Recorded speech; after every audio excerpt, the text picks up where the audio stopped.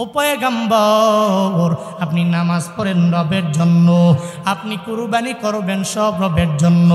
আপনার ছেলে আল্লাহ নিয়ে গেছে, এই কুরবানি আপনি আল্লাহর জন্য মেনে নেবেন, কোনো অসুবিধা নাই।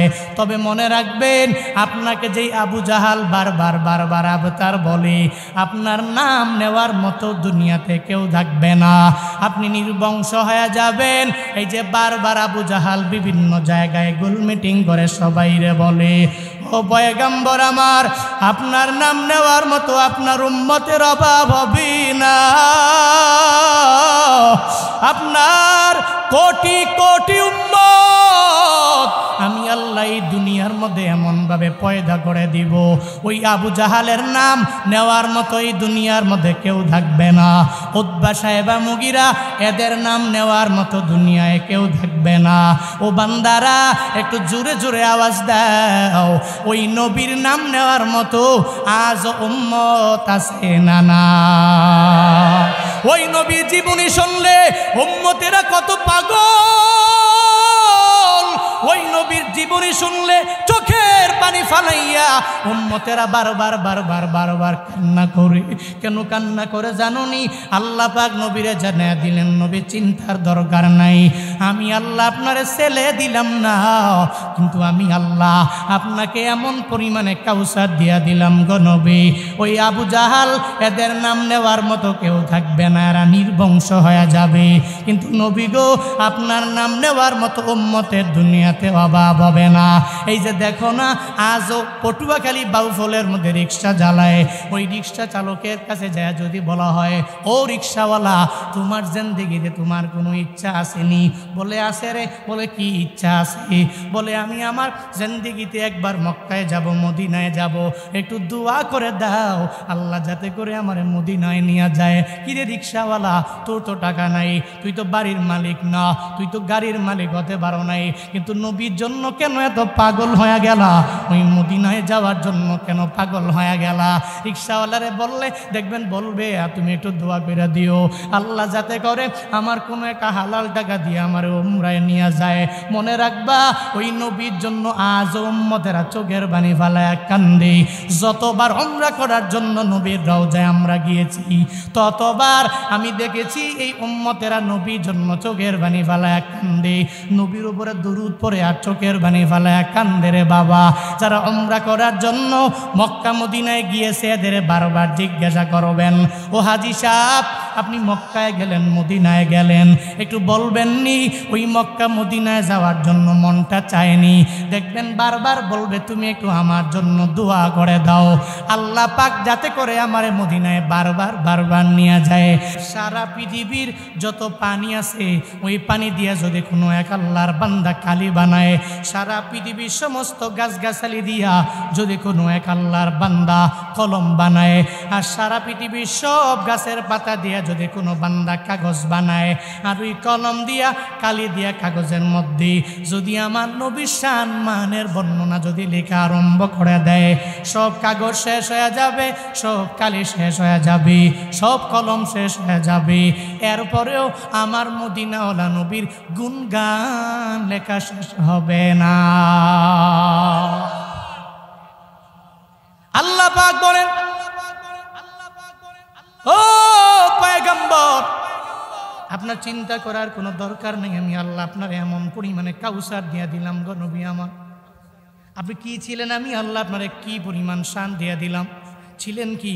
আপনি এত পরিমাণে এতিম ছিলেন, দুনিয়াতে আসার পরে আপনি বাবা পান নাই, আপনার মা বড় দুর্বল, এরপরে ওই জায়গা থেকে আমি আল্লাহ আপনার কত পরিমাণে শান দিয়া দিলাম গো নবী।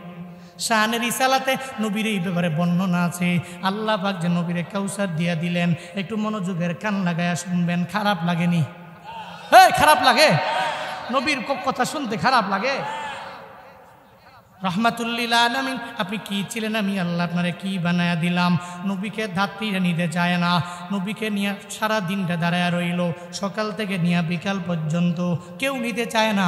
যেই আসে দেখে নবী সুন্দর, কিন্তু এরপরেও নবীরে নিতে যায় না। কেন নেয় না? বলে তার দুনিয়াতে বাবা নাই, তাহলে টাকাও পাবো না। আবার তার মা বড় দুর্বল হয়ে গেল, কেউ নেয় না। সব যাত্রীরা আসে, এক এক করে নবীকে দেখে আবার চলে যায়। এক এক করে বিকেল বেলা আল্লাহ পাক দুদুমা হালিমারে রহমাতুল্লিল আলামিনের দরবারে পাঠায়া দিল। ও হালিমা যাও যাও, ওই আমার নবীর দরবারে তুমি যাও। দুদমা হালিমা রে, অন্যান্য যাত্রীদের নাম নেওয়া হবে না। আল্লাহ পাক কি এমন ভিতরে ঢুকায়া দিল, দুদমা হালিমা যখন আসি আয়েশা দেখে রহমাতুল্লিল আলামিনের বাবা নাই, কিন্তু ওনার চেহারা মুবারক এত সুন্দর, ওই চেহারা দেখে নিজের ধরে রাখতে পারে নাই। ওই আমার কিচ্ছু লাগবে না, এই সন্তানটা আমার হাতের মধ্যে দিয়া দাও, তারে দুধ পান করার দায়িত্ব আমি হালিমা নিজেই নিয়ে নিলাম। ওই নবীর দুগ্ধ পান করার দায়িত্ব হালিমা নিয়া কত দামি হয়েছে, এত পরিমাণে দামি হয়ে গেল। আজও ওনার নাম নিলে মুসলমান আজও কি পরিমাণ সম্মানের সাথে ওনার নামটা নেয় রে বাবা। দুধমা হালিমা রহমাতুল্লিল আলামিনের নিয়ে ওনার বাড়িতে চলে গেল। সায়মা ওনার একটা দুধ বোন ছিল, ওই সায়মা যখন হালিমা রহমাতুল্লিল আলামিনকে নিয়ে মেষ চড়ানোর জন্য যখন মরুভূমিতে যাইত, তখন বলতো, ও সায়মা রে, কুলের মধ্যে তুমি মুহাম্মাদের নাও, এরপরে তুমি মরুভূমির মধ্যে আসো। দুধ বোন সায়মা নবীরে কুলের মধ্যে নিয়ে আস্তে আস্তে ঘরে নিজের মায়ের সাথে যখন মরুভূমির মধ্যে যায়, মরুভূমিতে যাইয়া একটা পর্যায়ে যখন নবীজি চোখের মধ্যে একটু ঘুম ঘুম বাপ চলে আসে, ওই সায়মা দুধ বোন রহমাতুল্লিল আলামিনকে তার পায়ের মধ্যে শোয়াইল।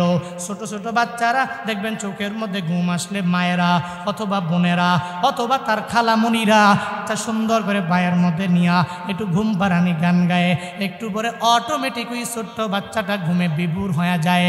রহমাতুল্লিল আলামিন দুধ বোন সায়মা তারে কুলের মধ্যে নিয়ে ঘুম পাড়ানি গান গায়, আর আমার মাওলার দরবারে বলে, হে মালিক, আমার এই ভাইয়ের দুনিয়াতে কোনো বাবা নাই, বাবা হারা এতিম হইয়া এই দুনিয়ার মুখ আমার এই ভাইটা দেখলো। আল্লাহ গো, আমি তোমার দরবারে তারে পরিপূর্ণ শপথ করে দিলাম। আল্লাহ গো, তোমার উপরে পরিপূর্ণ ভরসা করে আমি তার জন্য দোয়া করে দিলাম। আল্লাহুম্মা বাকিলানা মুহাম্মাদ। ও দয়ার মালিক, আমার এই ভাইয়ের হায়াত তুমি বাড়ায়া দাও, আমার এই ভাইয়ের সম্মানটা তুমি বৃদ্ধি করে দাও, আমার ভাইয়ের মর্যাদা তুমি বাড়ায়া দাও। বারবার সায়মা যখন ওই জায়গায় নবীর জন্য দোয়া করি, আল্লাহুম্মা বাকিলানা মুহাম্মাদ, এরপরে একটু পরে এই দোয়া করতে করতে নবী ঘুমে বিভোর হয়ে যাইতো। একটু পরে নবীকে নিয়ে আবার বাড়ির দিকে রওনা হয়ে যাইতো। বান্দারে কি জন্য বলে একটু মনোযোগের কান লাগায়া শুনবা। নবী কি ছিলেন, আল্লাহ পাক নবীরে কি পরিমাণ দামি বানায়া দিল। ওই নবীর কিচ্ছু নাই, কিন্তু আল্লাহ শান মান কত পরিমাণে উঁচু বানাইল। পুরা বিশ্বের লিডার আল্লাহ পাক আমার নবীরে বানায়া দিল। পুরা বিশ্বের অনুগত একজন বান্দা আল্লাহ পাক আমার নবীরে বানায়া দিল। ও বাবারা, এরপরে সায়মা যখন ঘুম পাড়ানি গান গায়া নবীরে নিয়ে নিয়ে বাড়ির দিকে রওনা। নবীর জন্মের 50-60 বছরের একটা ঘটনা আছে। হুনাইনের একটা যুদ্ধ, ইতিহাস পড়ে দেখলে পাবেন। ওই হুনাইনের যুদ্ধে মুসলমানদের বিজয় হয়ে গেল। রহমাতুল্লিল আলামিনের দরবারে প্রায় 6000 কয়েদি বন্দী হইল। কয় হাজার? আরো জোরে। 6000 কয়েদি নবীর দরবারে বন্দী হয়ে গেল। রহমাতুল্লিল আলামিনের দরবারে 6000 বন্দী। নবী বলে, এদেরকে তাঁবুর মধ্যে নিয়ে তোমরা বন্দী করে রাখবা। সাহাবায়ে কেরামকে বলে, ও আমার সাহাবায়ে কেরামেরা, তাঁবুর মধ্যে আমি নবী থাকবো, তোমরা ওই তাঁবুর পাশে থাকবা দারোয়ানের মতো করিয়া। মনে রাখবা, নবী ছিলেন কি, আল্লাহ পাক নবীরে বানায়া দিলেন কি। আল্লাহ কয়ে, নবী চিন্তা করার দরকার নাই, আমি আল্লাহ আপনারে এমন কাউসার দিয়া দিলাম গো নবী। এরপরে রহমাতুল্লিল আলামিন তাঁবুর মধ্যে বিশ্রাম করছে, দারোয়ান দাঁড়ানো। একটু পরে একটা মহিলা দৌড়াইয়া নবীর তাঁবুর সামনে আসিয়া এবার দুইটা সাহাবীরা বলে, ও সাহাবীরা একটু তাঁবুর ভিতরে যাও আর তোমাদের নবীরে জানাও তার একটা বোন আছে, ওই বোনটা তার সাথে মুলাকাত করার জন্য চলে আসছে। সাহাবায়ে কেরাম ভিতরে গেলেন, নবীরে বললেন, ও পয়গম্বর আপনার নাকি একটা বোন আছে, ওই বোনটা আপনার সাথে মুলাকাত করার জন্য রওনা হয়েছে এবং আপনার সাথে মুলাকাত করার জন্য আমাদের দরবারে বারবার পারমিশন চায়, আমরা দিতে পারি না, আপনি দিলে এই তাঁবুর মধ্যে সুন্দরভাবে ঢুকাইতে আমরা দিয়ে দেব। তখন নবী বলে, না রে, এই দুনিয়াতে আমার কোনো বোন নাই, তোমরা যাও আর এই মহিলাটাকে গিয়ে জানায়া দাও ও আমার ফেক বোন হতে পারে, আমার আসল বোন হতে পারে না, তাকে যা বলো তাকে ওখান থেকে বিদায় করে দাও। সাহাবায়ে কেরাম যখন যায় আর যে মহিলারে জানায়া দেয়, মহিলারে নবী বলেছে এই দুনিয়াতে নবীর কোনো বোন নাই, তুমি কোনো একটা মিথ্যা কথা বলে রহমাতুল্লিল আলামিনের সাথে মুলাকাত করার জন্য চাইতেছো। না রে মহিলা, না না, আমার নবীর দরবারে যাওয়া যাবে না। এরপরেও মহিলা বলে, ও সাহাবীরা যাও যাও, তোমার নবীকে গিয়া জানায়া দাও আল্লাহ পাক তার একটা বোন দিয়েছিল, ওই বোনটা তার সাথে মুলাকাত করার জন্য আসছে, একটু সাক্ষাৎ করার জন্য পারমিশন দিতে বলো। সাহাবায়ে কেরাম আবার নবীর দরবারে যায়। এবার নবীর কাছে যাওয়ার পরে নবীকে বারবার বলার পরে নবী বলে, ওই মহিলাটাকে আমার দরবারে আসতে দাও। আরো জোরে আল্লাহু আকবার। ওই মহিলাটাকে আমার দরবারে আসতে দাও। মহিলা সঙ্গে সঙ্গে রহমাতুল্লিল আলামিনের সাথে মুলাকাত করার জন্য যখন তাঁবুর ভিতরে ঢুকলো, নবী সুন্দর করে বসে আছে, এরপরেও নবী ওই মহিলাটাকে চিনতে পারে না। এবার ওই মহিলা রহমাতুল্লিল আলামিনের পরিচয় দেয়, ভাই আমার, তুই আমারে চিনতে পারো নাই, আল্লাহ পাক তোরে কত পরিমাণে দামি বানায় দিল রে ভাই, আমারে তুই চিনো নাই, ওই যে দুধমা হালিমার ঘরের মধ্যে তুমি বড় হয়ে গেলা, আমি তোমার ওই ছোটবেলার দুধ বোন সায়মা, যেই সায়মা আমি তোমার মরুভূমির মধ্যে নিয়ে আমার কুলের মধ্যে নিয়ে ঘুম পাড়ানি গান গাইতাম, আমার আল্লাহর দরবারে আমি বারবার আবদার জানাইতাম, আল্লাহুম্মা বিকিলানা মুহাম্মদ, ও আল্লাহ আমার ভাইয়ের হায়াত তুমি বৃদ্ধি করে দাও, আমার ভাইয়ের সম্মানটা তুমি বাড়ায়া দাও, আমার ভাইয়ের মর্যাদা তুমি বাড়ায়া দাও। ও মুহাম্মদ শুনো, ওই ছোটবেলার বোন আমি সায়মা, আজকে তোমার সাথে মুলাকাত করার জন্য আমি চলে আসলাম রে ভাই আমার। নবী সঙ্গে সঙ্গে মনে পড়লো, সুজা বসা থেকে যেই নবীরে না বানাইলে আল্লাহ পাক আসমান বানাইতো না, যেই নবীরে না বানাইলে আল্লাহ জমিন বানাইতো না, যেই নবীরে না বানাইলে আল্লাহ পাক তোমারে আমারেও বানাইতো না। ওই দামি নবী নিজের বোনের পরিচয় পাইয়া সঙ্গে সঙ্গে বসা থেকে লাভ দিয়া দাঁড়ায়া যায়, বলে, ও বোন আমার, আমারে তুমি ক্ষমা করে দাও, সঠিক সময় আমি তোমারে চিনতে পারলাম না, আমাকে ক্ষমা করে দিবা, তবে শোনো তোমার জন্য সর্বোচ্চ লেভেলের মেহমানদারি আমি নবী নিজে করতে পারবো। তুমি আমার মাওলার দরবারে বারবার দোয়া করেছো, আল্লাহ পাক তোমার দোয়া কবুল করেছে, আল্লাহ আমারে বড় দামি বানায়া দিয়েছে।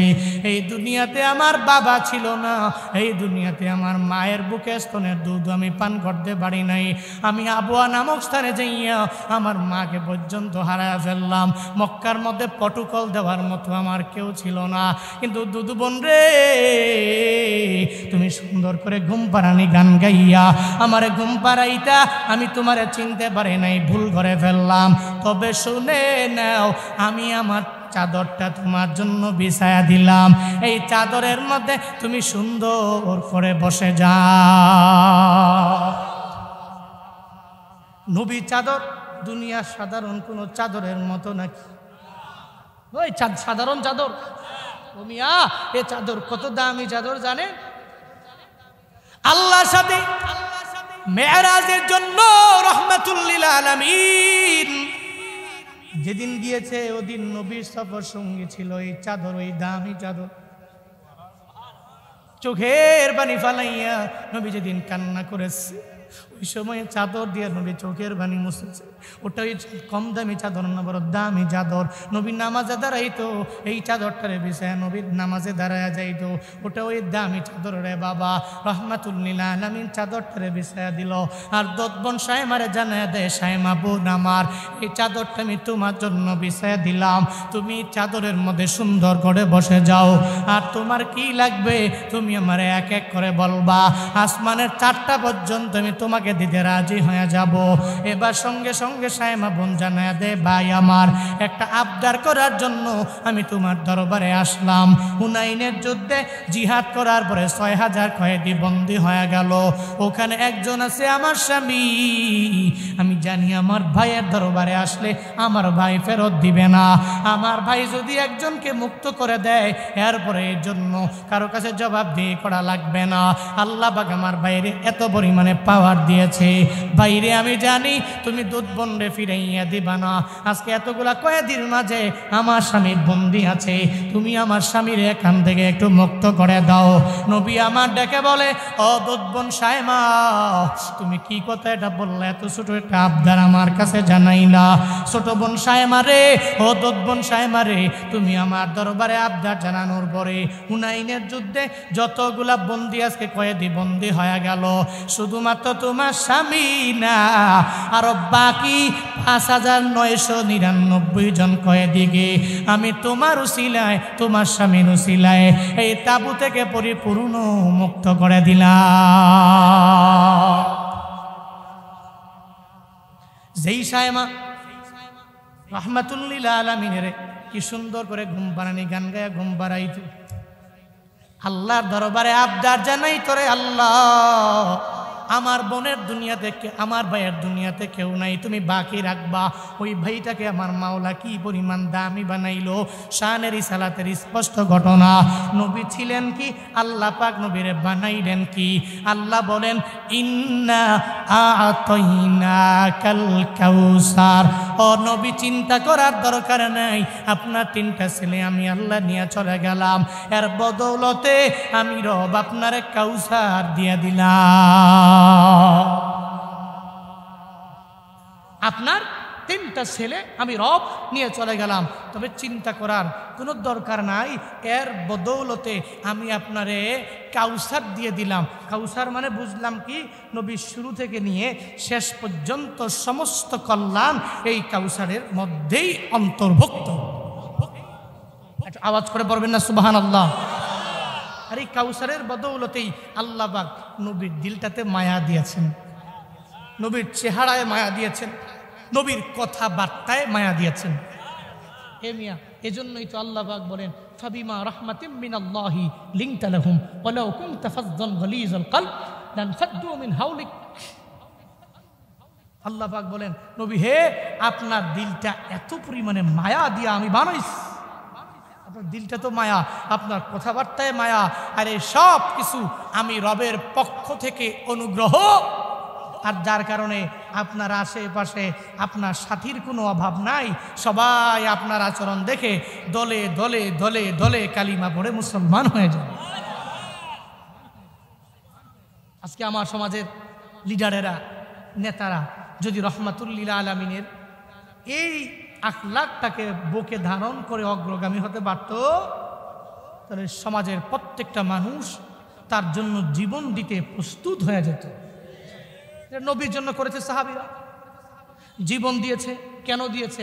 নবী টাকা দিছে, বাড়ি করে দিছে, 10টা ওট দিছে নাকি?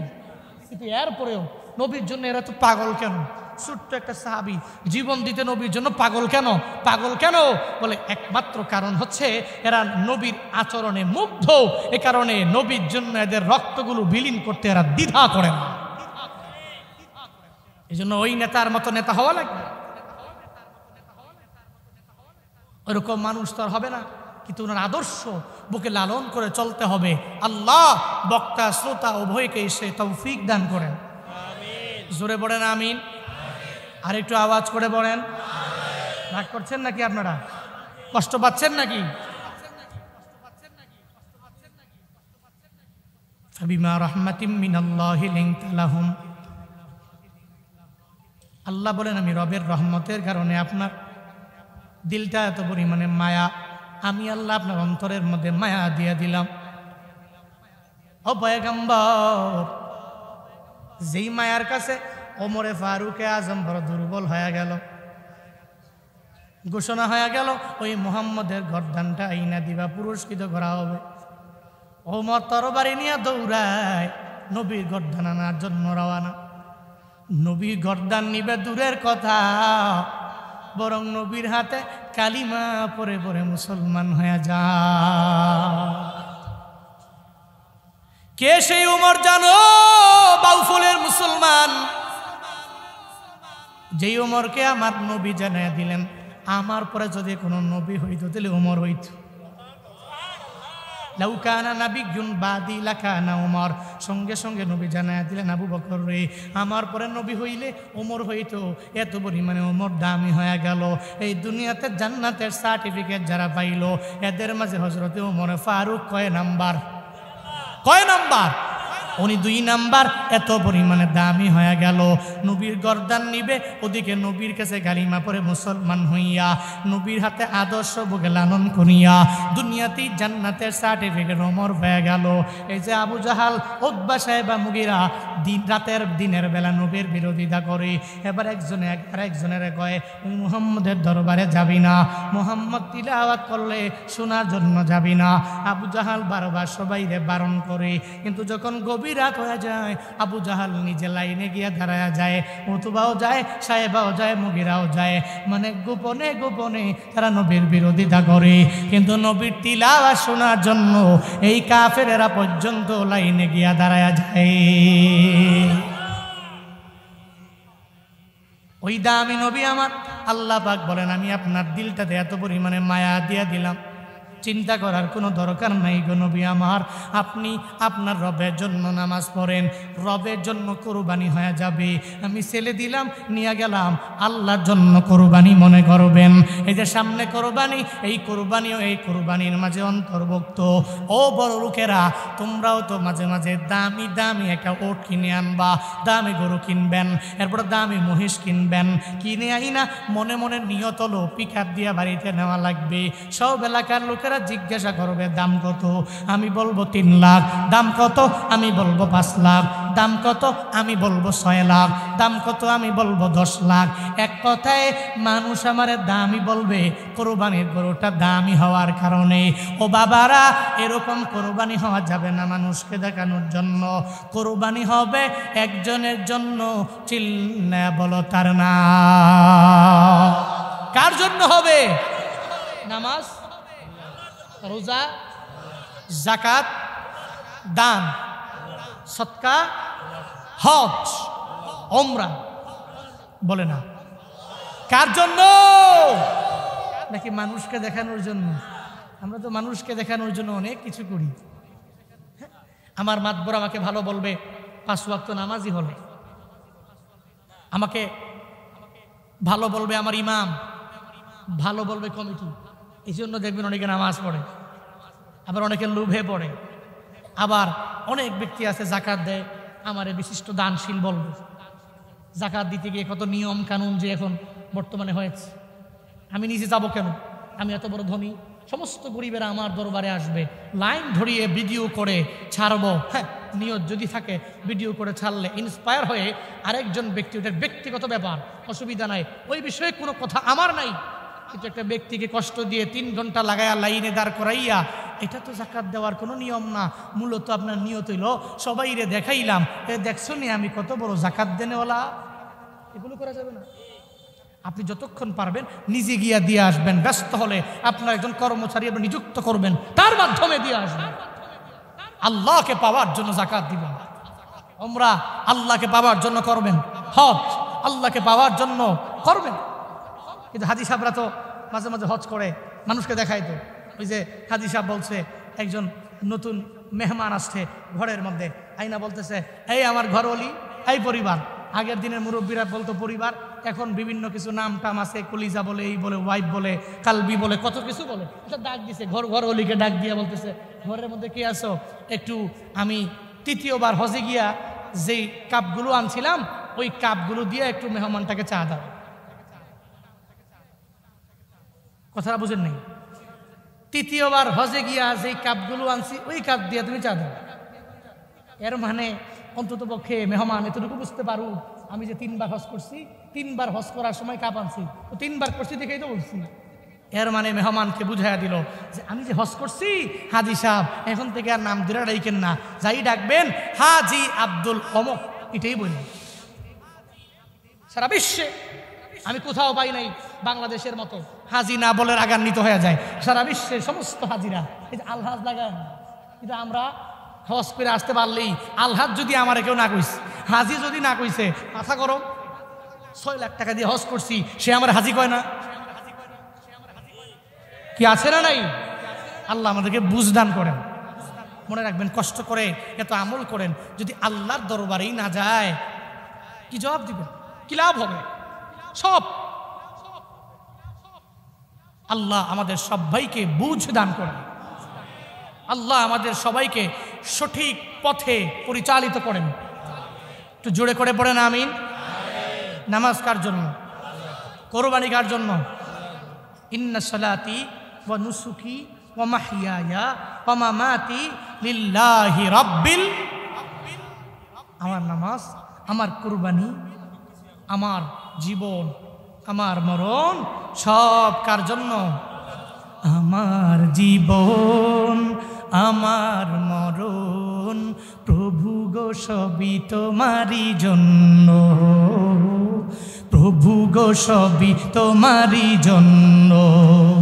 আমার জীবন, আমার মরণ প্রভু গো সবই তোমারই জন্য, প্রভু গো সবই তোমারই জন্য। আমি যে পাপী খোদা বড় অসহায়, পথ চেয়ে থাকি ক্ষমার আশায়, পথ চেয়ে থাকি ক্ষমার আশায়। যদি এ মিনতি কবুল না করো, যদি এ মিনতি কবুল না করো, বলো কার কাছে হাত পাতিব? আমার জীবন, আমার মরণ প্রভু গো সবই তোমারই জন্য, প্রভু গো সবই তোমারই জন্য। আমার জীবন, আমার মরণ প্রভু গো সবই তোমারই জন্য, প্রভু গো সবই তোমারই জন্য। মারহাবা। কার জন্য? আমার জীবন, আমার মরণ, আমার কুরবানি, আমার নামাজ সব হবে লিরিজয় মাওলা, আমার আল্লাহকে সন্তুষ্ট করার লক্ষ্যে। আল্লাহ পাক নবীরে জানায়া দিলেন, নবী আপনি নামাজ পড়েন আল্লাহর জন্য, কুরবানি করবেন আল্লাহর জন্য। সূরা কাউসারের 2 নম্বর আয়াত, ফাসাল্লি লিরাব্বিক ওয়ানহার, আয় ওয়ানহার লিরাব্বিক, আপনার রবের জন্য নামাজ হবে, রবের জন্য আপনি কোরবানি করুন। আল্লাহ পাক নবীরে জানায়া দিলেন, এই যে ধরেন এই যে এখানে এতগুলা মানুষ আসলো, এই মানুষকে যদি বারবার হুজুরেরা নামাজের কথা বলে, এই মাহফিল শোনার পরে সব মানুষ কি নামাজি হবে? হবে? সব মানুষ আল্লাহওয়ালা হয়ে যাবে? সবাই নামাজি হবে না, সবাই আল্লাহওয়ালা হয়ে যাবে না, সবার কপালে হিদায়াত জুটবে না।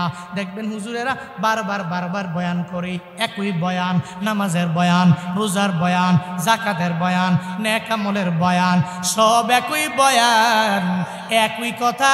সব হুজুরেরা বারবার বারবার বারবার আপনাদেরকে বলে, ও মুসলমানেরা একটু নামাজে যাও, ও মুসলমানেরা একটু রোজা রাখো, ও মুসলমানেরা একটু দান করো, ও মুসলমানেরা একটু যাকাত দাও। বারবার যে বলে, সবাই তো হিদায়াত পায়া পরিপূর্ণ আল্লাহওয়ালা হয়ে যাবে না। মনে রাখবা, কোন কারণে, কোন দানের কারণে, কোন নামাজের কারণে, কোন আমলের কারণে আমার মাওলা হিদায়াত দেয়, এটা দুনিয়ার কেউ বলতে পারে না। আমি জুনায়েদ আল হাবিব বলতে পারবো না, কেউ পারবে না। দুনিয়ার কোন শায়েখ বলতে পারবে না, স্কলার বলতে পারবে না। কোন সময়ে কোন কথার দ্বারা কোন দানের মাধ্যমে কোন আমলের মাধ্যমে আল্লাহ পাক বান্দাটাকে হিদায়াত নামক দৌলত দিয়া দেয়। এজন্য মনে রাখবা, মাঝে মাঝে দেখবা মানুষের জীবনে পরিবর্তন আসে, ওইটা দেখে হাসবা না, তুমি নিজের পরিবর্তন করার জন্য অগ্রগামী হয়ে যাও। হাসা যাবে না। একজন ডাকাতও অনেক সময় ভালো হয়ে যেতে পারে, একটা দুর্নীতিকরণেওয়ালা ভালো হয়ে যেতে পারে, একটা চোরও ভালো হয়ে যেতে পারে, একটা মিথ্যা বলনেওয়ালা ওই বান্দাটাও ভালো হতে পারে। ছোট্ট একটা ঘটনা বলি রে বাবা, এই যে কপালে যদি হিদায়াত থাকে বিভিন্ন মাধ্যমে আল্লাহ পাক হিদায়াত দিয়া দেয়। কুফানগরে একজন ডাকাত ছিল, ওই ডাকাতের নাম হলো বসিরউদ্দিন নামক ডাকাত। ওই ডাকাত 40 জন ডাকাতের বড় লিডার, বড় নেতা। ওই বসিরউদ্দিন প্রতিদিন রাতের বেলা ডাকাতি করার জন্য রওনা হয়ে যায়, মানুষের দরবারে লুটপাট করে। ডাকাতের কাজ কি? মানুষের ভয় পায় না, চুরি টুরি দেখাইয়া বিভিন্ন অস্ত্র দেখাইয়া মানুষের মালগুলো নিয়ে যায়। ডাকাতেরা বান্দার হক এত পরিমাণে নষ্ট করে। ওই বসিরউদ্দিন ডাকাত কিন্তু ঘরের মধ্যে একটা রমণী পেয়েছে, স্ত্রী পেয়ে গেছে। ডাকাতের বউয়েরা, সন্ত্রাসের বউয়েরা দেখবেন এরা অনেক আল্লাহওয়ালা হয়ে যায়, এরা খারাপ কাজ করে না, এরা বারবার নিজের স্বামীর ধমক দেয়। চুরের বউরা ভালো হয়, ডাকাতের বউরা ভালো হয়, কিন্তু হুজুরদের বউরা বেশি ভালো হয় না। স্বাভাবিক ব্যাপার। এবার যদি কোনো হুজুরের বদনাম হুজুরি করে, আসলেও ঠিক, যেটা বাস্তবতা ওটাই বললাম। ভালো মানুষের করে ভালো মানুষ খুব কমই হয়, ভালো মানুষের করে ভালো বউ ভালো মানুষ কমই পায়। চোর ডাকাত দেখবেন এর বউ 5 ওয়াক্ত নামাজি, বারবার খালি ধমকায়, এই তুমি নামাজ যাও না কে, চুরি করো কে, ডাকাতি করো কে, আমরা না খেয়ে থাকবো, তুমি খালি কোনো রকম চলতে পারলেই হলো, কিচ্ছু লাগবে না। কি বলে কি বলে না, বলে কি বলে না।